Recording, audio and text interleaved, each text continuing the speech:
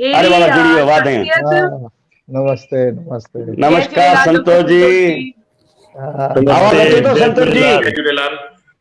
जय संतोष जी झूलेलाल, आवाज जय अचे थो? झूलेलाल।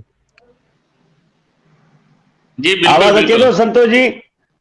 हाँ बिल्कुल अचे थो सर। असां सभ खां मां दीदी पहिरियों मां अनमोल चवंदुसि सिंह, की पहिरियों त संतोष जी असां अनमोल सिंधियतन टीम तरफों सभई तव्हांजो स्वागत था कयूं, गॾिजी करे अभिनंदन था बिल्कुलु कयूं। स्वागत ऐं मां चाहींदुमि किरण जी स्वागत। जल्दी जल्दी इनखां पहिरियों इन जी तारीफ़ कराईंदा त पोइ असां आख़िर में वरी ॻाल्हाईंदासीं।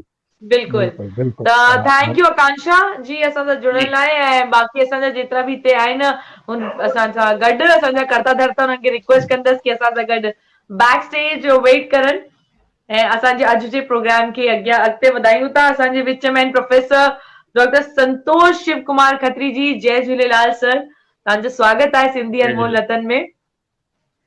ऐं हिननि जी डेज़िग्नेशन हुई ट्रांसलेटर NCPSL, और हिननि खां पोइ सभिनी खां वॾी ॻाल्हि आहे हिननि PhD कई आहे। हिननि में डिग्री त जाम आहिनि, double MA MCOM PhD and but हिननि जो मेन सब्जेक्ट PhD जो जेको रहियो आहे हू रहियो आहे an analytical study of political socialization, political participation and development of Sindhi community in Khandesh.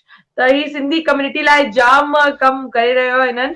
And he wise president of विश्व सिंधु सेवा समागम ऐं हुन खां पोइ general secretary of Azad Seva Mandal Dhule from last 3 terms. ऐं हिन खां पोइ हिननि कॉलम लिखियो in Pathiyarti newspaper on Sindhi language culture tradition and festival on Dhule All India Radio. He gave हिननि ॾिनो हिकिड़े कलाक जो मराठी में प्रोग्राम ॾिनो हो ऑन द सब्जेक्ट ऑफ चालीह साहिब। मतलब सिंधी थी करे हिननि पंहिंजी सिंधियत के मराठी में कन्वर्ट करे असांजे ऑल इंडिया रेडियो जे माध्यम सभिनि खे ॿुधायो हो। ऐं दुलियो जो चालीहो साहिब हिननि जी हिकु डॉक्यूमेंट्री हुई विद दुलियास भगवान झूलेलाल।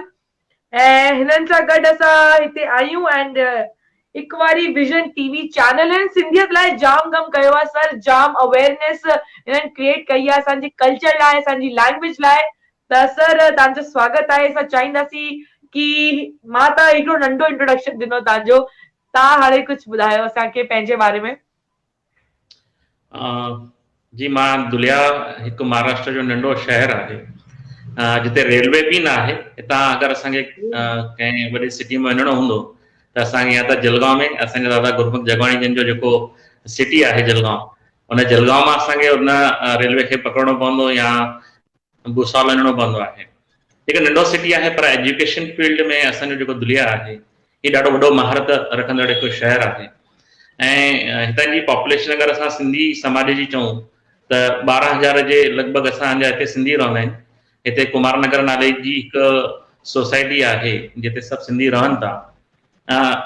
हिकु मां ॻाल्हि कंदुसि त असीं अगरि सिंधी रूरल्स एरिया में वञूं, ग्रामीण क्षेत्र में वञूं, गांव जे पासे वञूं त उते अञा सिंधियत जिंद आहे ऐं हुनजा गवाह असांजा दादा डॉक्टर गुरमुख जगवाणी पाण आहिनि।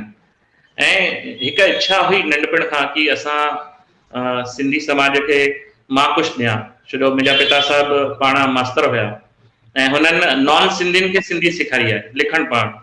त उहा मुंहिंजे लाइ फ़ुक्र जी ॻाल्हि हुई। मुंहिंजा पिता साहिबु सिंधी बाल भारती जेके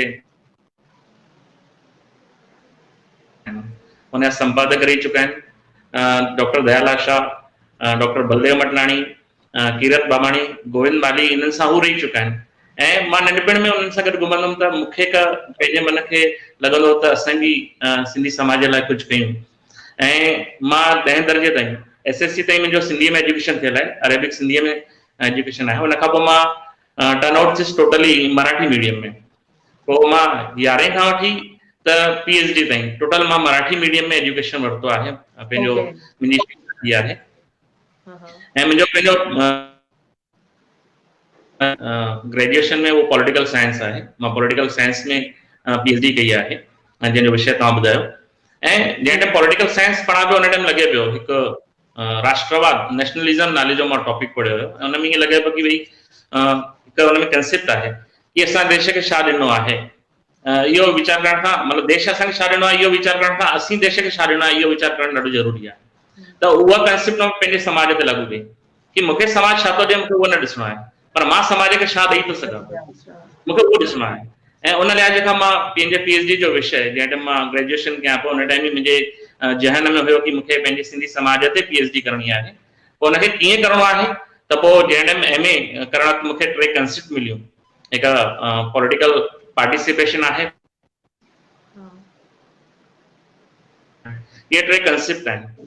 ऐं उन खां अलावा हिकु कंसेप्ट आहे पॉलिटिकल कल्चर, जेको असांजी सिंधी समाज जो पॉलिटिकल कल्चर अगरि दादा गुरू जवाणी साहब ॿुधाए सघंदा उन बारे में, हुन में असांजो डिबेट थी सघंदो आहे।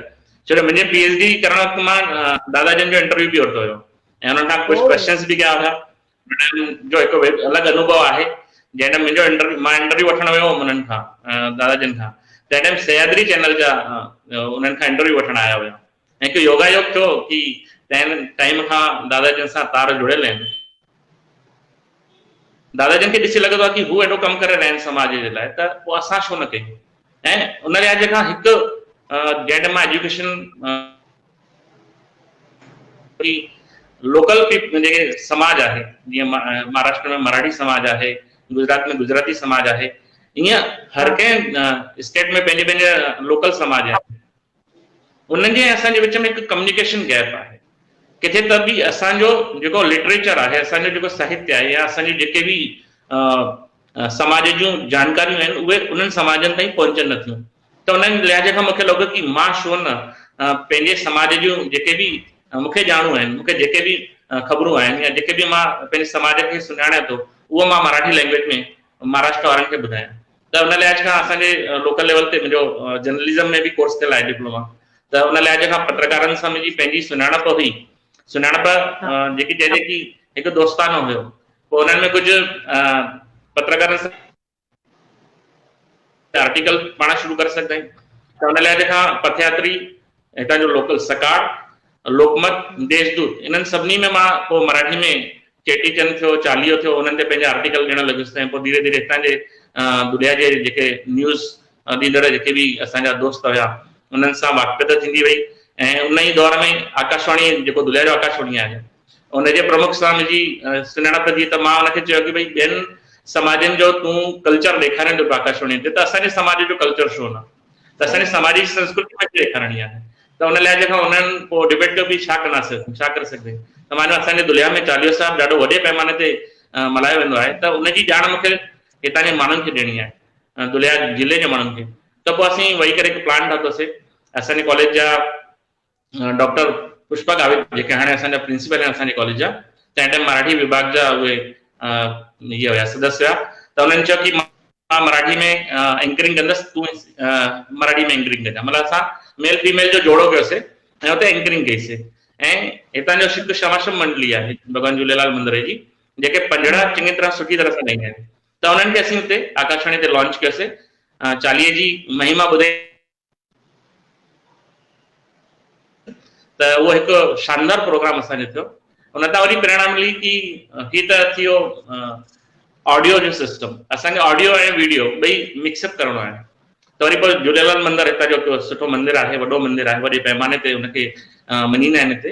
त उन मंदिर जे प्रमुखनि सां मिली करे ऐं क्षमाश्रम मंडलीअ सां मिली करे असीं हिकु वीचार कयोसीं कि हिंदीअ में असीं हिकु डॉक्यूमेंट्री ठाहियूं कि दुलिया जे चालीहे साहिब जी जेकी महिमा आहे उहा छा आहे। पोइ हिकु उहा ई ट्रिक्स असां यूज़ कयोसीं जेको आकाशवाणी ते ट्रिक्स हुयो। ऐं असीं पोइ चालीहे साहिब जी महिमा हिते ॻाईसीं। हिकु जेको मूंखे मसइलो लॻंदो आहे असांजे समाज में कि असीं समाज लाइ करणु त ॾाढो चाहियूं था पिया, पर प्लानिंग्स न हूंदी आहिनि। ऐं ॿियो कि एग्ज़ैक्टली असांखे छा करिणो आहे। त उन लिहाज़ खां असां नई टही जेकी आहे, जेकी ईंदड़ टही आहे, उनखे असां कीअं पंहिंजे भाषा ॾे कयां या पंहिंजी संस्कृति ॼाणियूं। त उन लिहाज़ खां मां थोरो वीचार कंदो आहियां कि असांखे डायरेक्टली ॿार खे न चवणु खपे कि सिंधी लिखो पढ़ो। छो जो मां पंहिंजे पाण खे सोचां त मुंहिंजा ॿार अगरि अंग्रेजी में पढ़नि था, मां कंहिंखे चवंदुसि। त उहो न चई करे असीं कल्चर, पंहिंजी जेकी संस्कृति उन्हनि खे अगरि ॿारनि खे ॾेखारियूं त ॿारनि खे पंहिंजे पाण ई आश्चर्य थींदो कि ही बि असांजे समाज जो इतिहास आहे। ऐं पोइ जॾहिं असां संस्कृति उन्हनि खे ॾेखारींदासीं त उहे पंहिंजे पाण ई पंहिंजी भाषा ऐं पंहिंजे ॿोलीअ ॾे उहो डाइवर्ट थींदा या उहो पंहिंजे भाषा ॾे ईंदा। त उन लिहाज़ खां अलॻि अलॻि संस्थाउनि सां जुड़ी करे हिकु कोशिशि आहे कि असीं पंहिंजे समाज खे जेको असांजो इतिहास आहे उहो ॿुधाइण जी कोशिशि कयूं। ऐं मुंहिंजो पंहिंजो नज़रियो आहे कि मां हितां जा जेके लोकल पीपल्स आहिनि उन्हनि खे पंहिंजो समाज जो इतिहास ॿुधायां। छो पंजाबियुनि जो इतिहास या बंगालियुनि जो इतिहास ही सभिनि खे ख़बर आहे, पर असांजे समाज जो इतिहास इन करे ख़बर न आहे। जेको मूंखे फील थींदो आहे, हिकु त असांजे जेके साहित्यकार आहिनि या त सिंधी अरबीअ में लिखंदा आहिनि या वरी इंग्लिश में लिखंदा आहिनि, ऐं कॉमन पीपल न इंग्लिश ॼाणे न अरबी ॼाणे। उन्हनि खे उन्हनि जी लैंग्वेज में सम्झाइणो पवंदो कि असां छा आहियूं। त इन करे मूंखे लॻंदो आहे कि हर जेके जेके पंहिंजे पंहिंजे स्टेट में उन्हनि जी लैंग्वेज में महारत हासिल कंदा आहिनि, उन्हनि खे उन्हनि जी लैंग्वेज में अगरि असीं पंहिंजो साहित्य ॿुधायूं, पंहिंजो इतिहास ॿुधायूं, त मूंखे लॻे थो इहा ॾाढी वॾी सुठी ॻाल्हि थी। ऐं इन लाइ जेका मां कोशिशूं करे रहियो आहियां नंढे स्तर ते। ऐं दादा गुरमुख जोगाणी ऐं असांजा दादा पीतम्बर दलाणी जन खे लॻो त मां उन्हनि जे क़ाबिल आहियां, त उन्हनि जा लख शुक्राना कि उन्हनि मूंखे सिंधी अनमोल रत्न में हिते घुरायो आहे। तव्हां आयो, तव्हां असांजी सिंधियत ते PhD कई आहे, त तव्हां अनमोल रतन न थींदा सर त ॿियो केरु थींदो। असांजे डॉक्टर गुरमुख जगवानी आया आहिनि। डॉक्टर गुरमुख जगवानी, तव्हांखे कीअं थो लॻे कि हिननि कॾहिं PhD जे टाइम में तव्हांजो इंटरव्यू वरितो हो ऐं अॼु तव्हां हिननि खे असांजे सॼे विश्व जे सिंधियुनि सां तव्हां गॾिजायो आहे? ॾिसो, मां हिकिड़ी ॻाल्हि ॿुधायां, मां जो हिकिड़ो सिधो प्रिंसिपल आहे मुंहिंजी लाइफ जो, त मुंहिंजो प्रेम आहे उन सां, मुंहिंजो प्रेम आहे उन सां जंहिंजो प्रेम आहे सिंधियत सां। मुंहिंजो प्रेम आहे उन सां जंहिंजो प्रेम आहे सिंधियत सां। मातृभाषा जंहिंखे प्यारी, मातृभाषा जंहिंखे प्यारी, तंहिंखे चाहियां मां दिलि सां।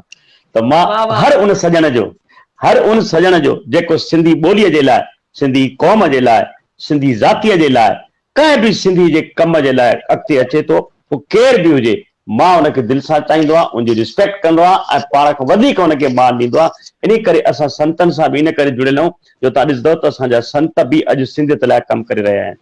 तव्हां साईं साधराम साहिब खे ॾिसो, साईं चारूराम साहिब खे ॾिसो, साईं युधिष्ठिर लाल खे ॾिसो, साईं राजेश कुमार साहिब खे ॾिसो, ॿिया उल्हासनगर में साईं कालीराम साहिब आहिनि, साईं खोड़ असांजा अनेक संत आहिनि, बलराम साईं। त इहे सभु सिंधियत खे वाधारे लाइ हाणे उहो वक़्तु अची वियो आहे जंहिं महिल असांखे डॉक्टर संतोष खत्री जहिड़ा नौजवान खपनि, जिन सिंधियत में PhD कई आहे, हिकिड़ी मिसाल क़ाइमु कई आहे हिन दौर में, जिते माण्हू नंढड़े ॻोठ में रही करे हिन जेका मिसाल क़ाइमु कई आहे, इहा असांजे सिंधियुनि लाइ हिकिड़ो तमामु सुठी ॻाल्हि आहे। त असांजी यंग जनरेशन खे ॿुधाइणु खपे त तव्हां, ऐं हाणे ख़ासि करे असांजा जेके ॿार UPSC जो एग्ज़ाम पास करे सिंधी सब्जेक्ट में जंहिंजो इंटरव्यू तव्हां पाण करण जी तव्हां कयो आहे, जंहिंमें असांजा बागिया साहब जेके सिंधी सब्जेक्ट पास कया, अमित तोलानी साहब, असांजा अहमदाबाद मां जेके असांजा हाणे छोकिरो जेको पास कयूं, उहे असांजा अहमदाबाद में कलेक्टर संदीप ऐं तंहिंखां पोइ रूपेला, संदीप रूपेला, उहे जी। ऐं तंहिंखां पोइ असांजो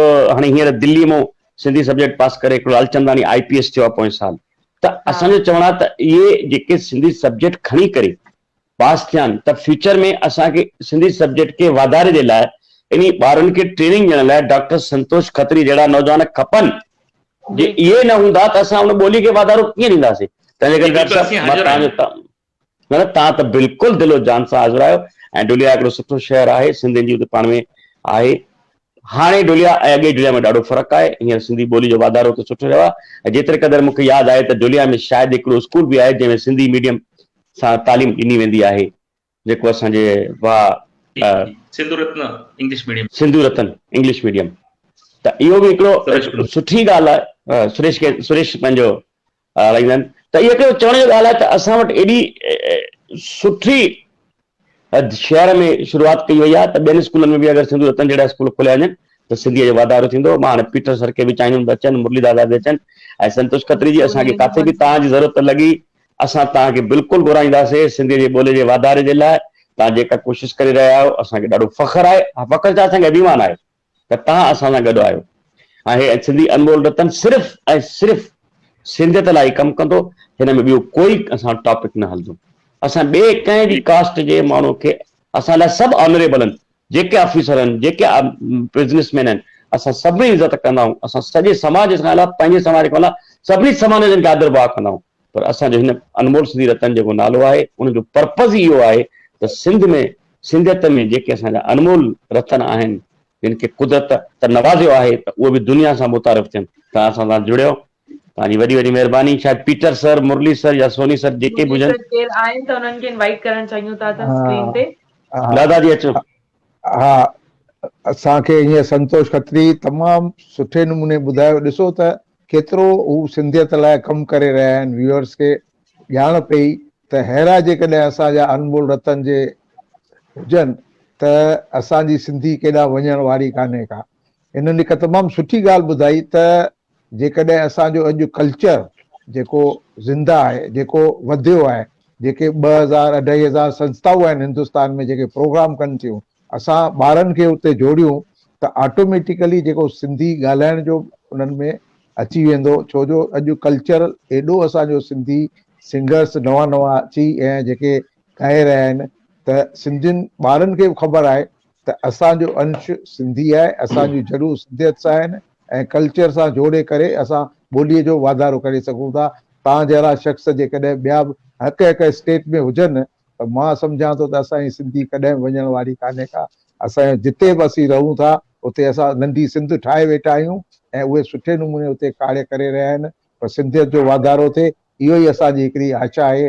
व्यूअर्स खे बि ॾाढो सुठो आनंद आयो हूंदो ऐं प्रेरणा मिली हूंदी। तव्हां असांजे अनमोल रतन में आया, वॾी महिरबानी। जय झूलेलाल। ऐं दादा हिकिड़ी मां तव्हांखे ॻाल्हि ॿुधाए छॾियां त जंहिंमहिल हींअर डॉक्टर संतोष खत्री जंहिं हाणे जेका नई सिंधियत जी हिकिड़ी जेका हिननि पाण में ग्रुप ठाहियो आहे मिली करे सिंधु एकता मंच जे करे जेका फाउंडेशन ठाही अथऊं, इन्हनि हिकिड़ो तमामु सुठो हिकिड़ो कमु कयो आहे जेको असांखे नागपुर में बि हिननि मिटी माइटी जो सिलसिलो हुजे या सिंधियत जी शेवा हुजे, ब्लड कैंप्स हुजनि या ॿारनि खे एजुकेशन हुजे, हिकिड़ो यंग पाण में मिली करे पूरे इंडिया लेवल ते जेको हुननि ग्रुप ठाहियो आहे, मां उन्हनि जो बि अभिनंदन थो कयां। हिन ग्रुप जी रजिस्ट्रेशन बि थी वई हींअर, हिनखे गवर्नमेंट ऑफ इंडिया जी तरफ़ां मान्यता बि मिली वई आहे हिन कम जे लाइ।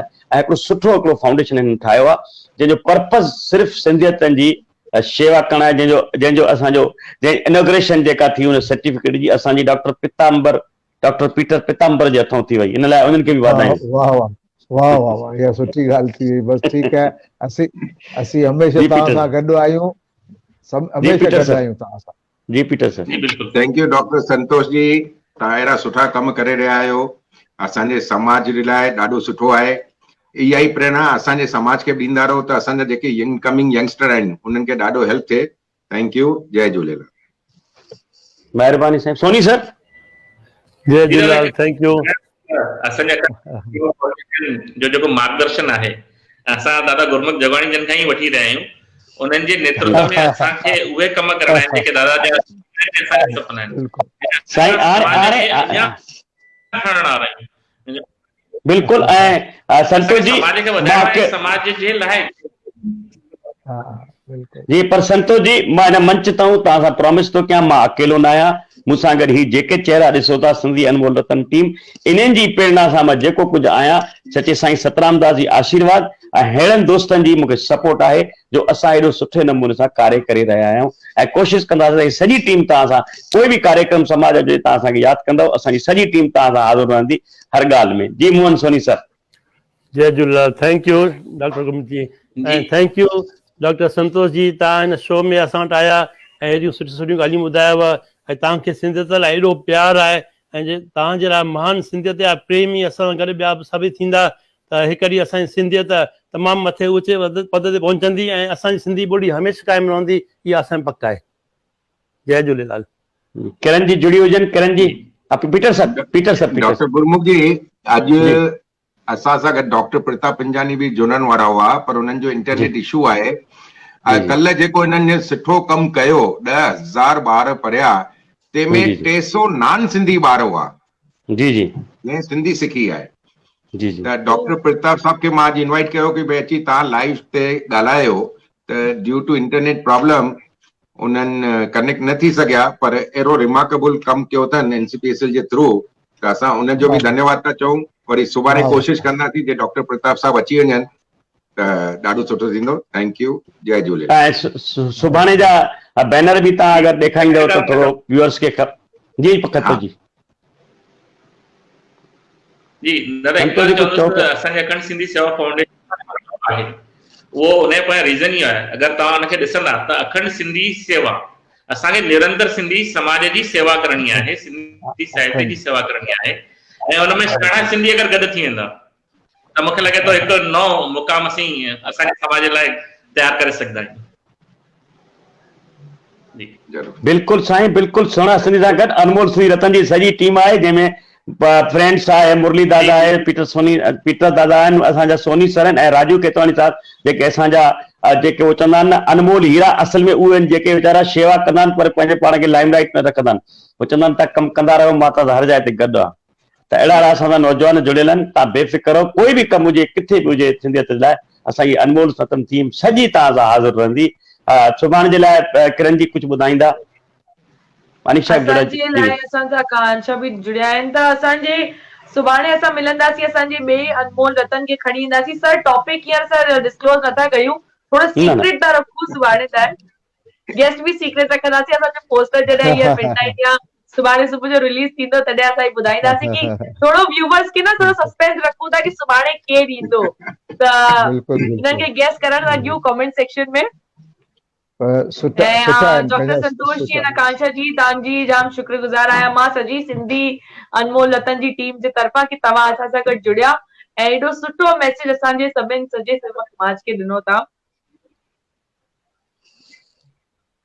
जय त झूलेलाल। तव्हां सभिनि जो thank you doctor Gurmukh Jagwani ji, thank you doctor Peter, thank you mister Soni, thank you Murli दादा। चलो हाणे मोकिलणी कान्हे का, वरी सुभाणे सदाईं गॾु हा मोकिलणी कान्हे का, सुभाणे गॾु अचो हिकु दफ़ो, अचो गॾिजी करे, जेके आहियो सभु गॾिजी करे हिकु दफ़ो लाल साईं जी जय मनायूं। आयो लाल कयो बेड़ा ई पार। बेड़ा ई पार। Thank U Pradeep ji.